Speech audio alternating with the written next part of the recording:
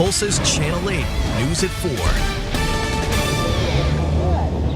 Good afternoon, and thank you so much for joining us. We are coming to you live right now from the middle of downtown at Mayfest. We are right in the middle of 4th and Main Street, and it is something to be able to just have all of downtown to ourselves, just to walk around and roam freely. This is a huge event for the next 4 days, starting this morning at 11 o'clock, wrapping up Sunday night. This place is going to be packed with people, shoulder to shoulder, and let me tell you why. Because this is one of the best arts and music festivals in the entire country. We have more than 120 vendors lining all of these streets. We also have a lot of food, 30 of which coming up in about 10 minutes. We're going to be talking about the entree, some Greek gyros, and also some dessert as well. But what's incredible about this event is the artists. There are so many, one of which is John Bramlett, who I'm walking up to. John, thank you so much. How are you today? Happy Mayfest, sir. Oh, thank you. I'm great. This is wonderful. Now, tell me about, how many years have you come to Mayfest now? This is just my second. Oh my goodness. Last year was my first time. I had so much fun. We had to come back. I love it. Well, I want to brag about your artwork because it's absolutely beautiful. And what I love so much is the colors. Oh, thank you. Yeah, color means so much more to me now. I just love color. It's happiness, it's joy, it's emotion. So it just fits in with Mayfest, I think. Right? What blows my mind is how much of this color can you actually see? Well, I can't see any of the color. I lost my vision in 2001, so all of my artwork is done through touch. When I draw, I have to use lines that I can feel. Yeah. And whenever I mix color, I use Braille on the tube, so I know what colors I'm using. But I also change the way the paint feels. So for me, color actually has a texture. You can feel the color. So it is three-dimensional. And I want to just show a quick example. This piece back here, and am I okay to touch your artwork? Yes. Because it is raised. So that must be incredibly helpful. Oh, it is. Oh my goodness. It's just, for a sighted artist, you use your eyes to know where you are in a canvas and where you've been. For me, I just use my hands. Yeah, and as an artist, Mayfest, this is a very big deal. What does it mean to you to be able to show your artwork and meet the people purchasing your art? Oh, it's incredible. I started painting to connect with people, and there's no better place to do that than here. I have to give one quick shout out to Echo, who is just right in between here.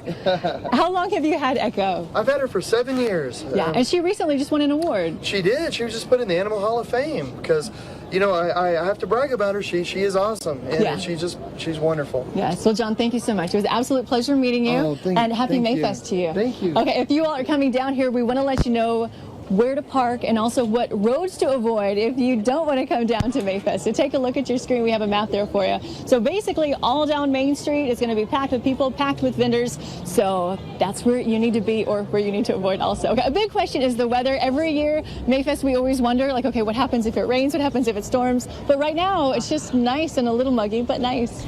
Tonight's Spreading Cheer, a Tulsa team is raising awareness about special needs in a unique way. The Bishop Kelly Cheer Squad is coaching girls with Down syndrome to be cheerleaders for a day. The opportunity is giving hope to parents and understanding to those watching. Comets can jam. On a Saturday morning, when most teens are still in bed, this church basement is booming. Let's go, Kelly. The moment we walked in, they were so just accepting and excited. And we're going to spell out Kelly, okay? Bishop Kelly cheerleaders. Want to try it? Preparing girls for a high school basketball halftime performance. Does anybody remember the dance that you guys learned? That's what they don't see. I know some of the older kiddos know enough about Down syndrome. They know they have it. They know they're different. So I think it is neat that they get to just jump in here and just don't feel that for a minute. You ready? Cheer captain Maddie Hassel. Stand tall and ready with your big smiles on, okay? Started this program 2 years ago. Smile. After attending the Down Syndrome Buddy Walk. But when I left that day, I was like, something's different. Something's weird. That really affected me. It affected the way she sees people. Not just people with Down syndrome or special needs, but everyone in general. Yeah. And that we are all the same. We just all have our own disability, no matter what it is, but we should all be given the same opportunities, no matter what we look like. Inspired, Maddie utilized her resources, her cheer squad, and created an environment where everyone is equal. Now drive your car, guys. It's kind of a self-centered world, and everyone moves at a very fast pace, and for them to slow down and look around and look for children that need a helping hand or need a friend, that's just amazing. Do you want to do it up here with me? I want to. For 16-year-old Sarah, okay, stand right here. Go, Sarah. It means finally being included. She feels like one of the group, which is great. Here, can you high five me? And for Amy. That was awesome. Now go back with KK. Who, after an hour-long practice, proves these friendships Kara, come do it with me. are mutual. Go, Kara. Okay. On game day, Bishop Kelly's varsity facing Union. During the first half, parents wait anxiously in the stands, not far from an unpredictable packed crowd of teen onlookers. It's time. And as Terry watches her 5-year-old rock the court of her alma mater and smiles that light up the gym, the girls are a hit. Oh gosh, I'm just so thankful for them. Like, I'm just thankful for their hearts and their just encouragement, and it's just fun because they kind of give us a little hope of making our kiddos feel that much more typical and just included, and they're just loved and for who they are and not having to try to be someone different. Witnessing tears from parents and the overwhelming support from her peers. I didn't know what to do, and then I realized that it wasn't really about me or about even the girls that participated. It was about everyone else that saw it. They got to have that same feeling that I did, that new perspective and that outlook. They saw what I saw. Teaching acceptance by example. Creating an opportunity to share their spotlight. You rockin'? Yeah. And celebrate in their success. Yay! You did it! Maddie started that program as a class project, and she loved it so much that she and her friends did it this year just for fun. She hopes that after she graduates this year, one of her fellow cheerleaders will keep it going. One of Stillwater's greatest traditions, rocked by terror. I need a bunch of help. We got a car in the crowd up here. The pain still felt just days after a nightmare unfolds. That's just not who she was. That's not who I raised. The suspect charged with murder in the courtroom for the first time. But was it intentional? The decision to become intoxicated or under the influence and drive a car was certainly intentional. And a community still in disbelief. Good afternoon, everyone, and welcome. We are now live in Stillwater, and so much progress already being made in this town. Just a few moments ago, I got off the phone with one of 3 victims still being treated here at Stillwater Medical Center. She said that she is on her way home and grateful, and she's taking home with her a new kneecap, which came from the accident that happened just behind me. Let's take a look back at that memorial right now. This is such a busy intersection where this parade accident happened in Stillwater on Saturday morning. We're right at the corner of Hall of Fame and Main, and since we've been here, even from early this morning when Channel 8 arrived on scene today, there's just been a steady flow of people paying tribute and really just taking a moment to show that their hearts and their prayers are with the victims from this accident. Also new today happening in Stillwater, the suspect, Adacia Chambers, represented in court today for the first time. That 25-year-old facing 4 counts of second-degree murder. Her family inside that courtroom as well, along with Channel 8's Frankie Thompson. Frankie, what happened today? Thank you, Frankie. And as this investigation continues and the trial is beginning, I just want to stress how important it is to remember the victims and the families of the victims that were impacted by this. Now, overall, there were 51 people injured. Of that, 4 people were killed. That includes the ages ranging from 2 years old to 65. Now, 3 people died at the scene here on Saturday morning, including Bonnie and Marvin Stone, both OSU professors. Marvin had retired, Bonnie was still teaching.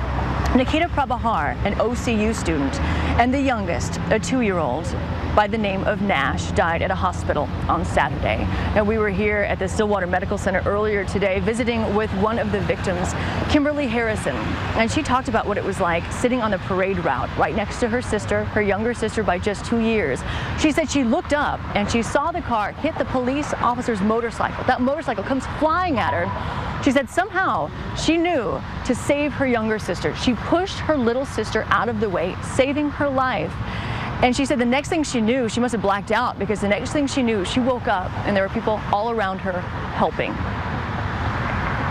What would you say about all the people who ran in to help you? They were amazing. They were amazing. I mean, we were very lucky to have the first responders there as well, but the civilians that go out of their way just to be there for the community was just a gorgeous thing to see. They were fabulous. And my sister did post on Facebook, one gentleman stayed with her the entire time. Wow. He called my mother for her when they put her on the helicopter, and I mean, he was just epic.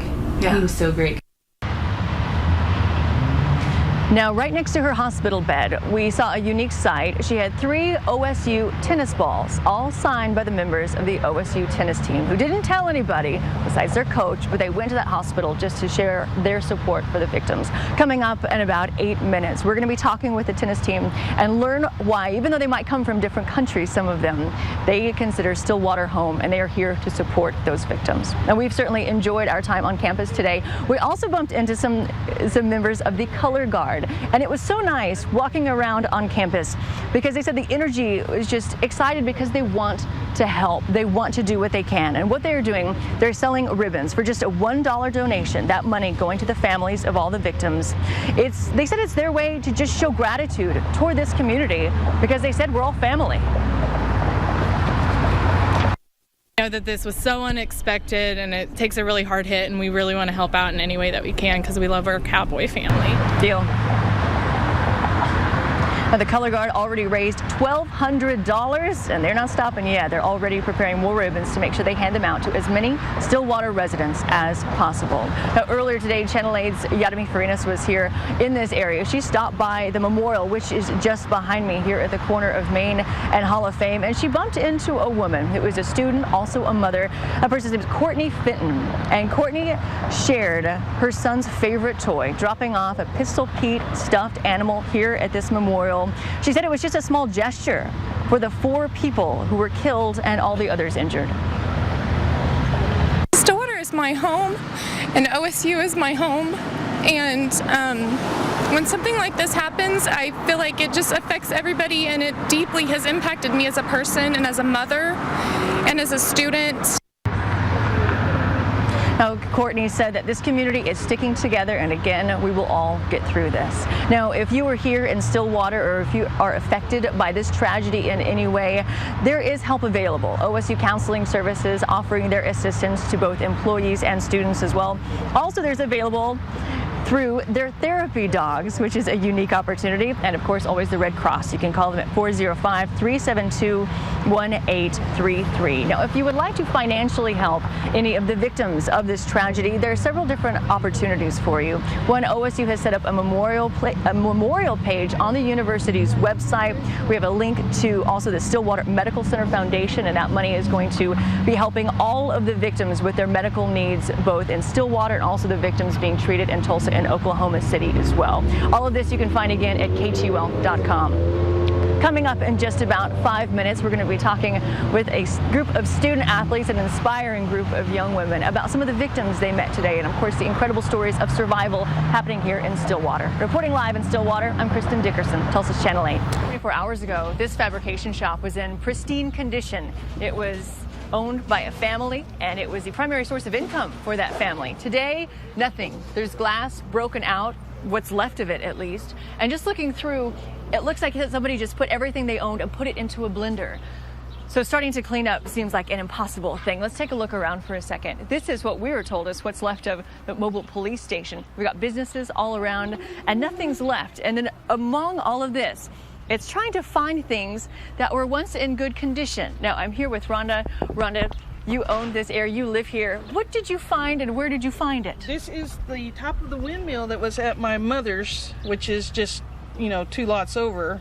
And it was in her backyard, and we just found it back over here in the trees. And I think it looks pretty cool that it's all twisted and mangled. Do you think this will be one of the things that you keep out of this mess? It's going to be something that will remind us of our fun that we've had here. Now, looking at this and knowing that the rain is coming, how do you even start? Like, what's your first step? How do you figure that out?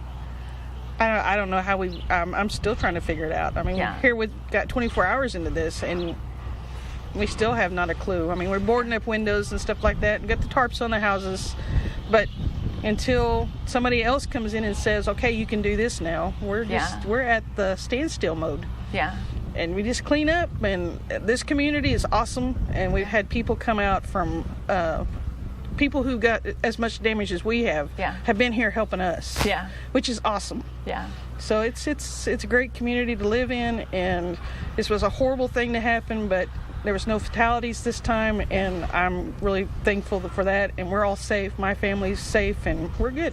Okay. Our prayers are with you in the cleanup. Thank you. We definitely need it. This is hard. I would cry, but I don't want to do that right now. Can I hug you anyway? Yeah. Thank you, Rhonda. Kristin is somewhere behind me and the mass of kids. What's going on, Kristin? Right now, Channel 8's John Moss is going toe-to-toe, hand-to-hand in the boxing ring here at Tiger Alley. He's attempting to beat up, in my opinion, one of the smartest kids at school. He's the vice president of student government. He also has a weighted 4.8 GPA. Needless to say, a lot going on. Just to the left of him, you see Chris Nickel and the Tigettes. That's basically Broken Arrow's dance team. Tonight, Chris Nickel making a donation of $1,620, thanks to a lot of people in this community going to Chris Nickel and also test driving some of their vehicles. Colin is joining me now. Colin, tell me about the craziness of the area that we're standing in right now. It's just like, it's a really hype environment, and that's what we really wanted to create here at BA, because that's what that's the atmosphere we really want to have. And so Mr. J, our director of student life, really put it together, and it's just a way for us to hang out and get to meet new people and just have a fun time with the entire family. Now, I've been told that you'll put so much work into tonight. Compared to last year, what did it look like here? Last year, Tiger Alley was just, it was a smaller thing. Yeah. There was a few tables out here, maybe one grill, but this year we've really done it up. We got ping pong tables and tournaments going on and a lot of really fun things. And I love the jungle. I was declared an honorary member, so thank you very much, Colin. Great job. Take a walk with me real quick. A lot of different games. We've got cornhole right here, and then we have an incredible match of ping pong going on. And these nice gentlemen, we've got Sage over here on my left. Sage, what is the key to winning a ping pong match? And may I join you in this game, gentlemen? Thank you very much. Definitely. Hold that mic for me. It's definitely how much spin you put on the ball. I mean, you really got to get in your opponent's head. Like, you're in his dome right now. Like, he's done. Hey, let's fast forward like an hour and a half. What's it going to be like for you tonight, watching the football game, surrounded by all these crazy Broken Arrow kids? Oh, I mean, it's just, it's great. I mean, just the energy level is so high, and you have all your friends surrounded there. Like, there's no place you would want to be tonight. And why was it important for you to get here early and play ping pong with your buddies? Because, I mean, that just makes the night that much better, you know? Well, awesome. Would you introduce me to all your friends here? Excuse me? Could you introduce me to all your buddies around here? This is my friend John, or as we like to call him, Jill. This is Colton. Colby, and this is Keenan. I love it, guys. Thank you so much for letting me just join in your game. Oh, yeah, here. no problem. All right, it is an absolutely beautiful night for football. Let's check in with Chief Meteorologist Mike Collier.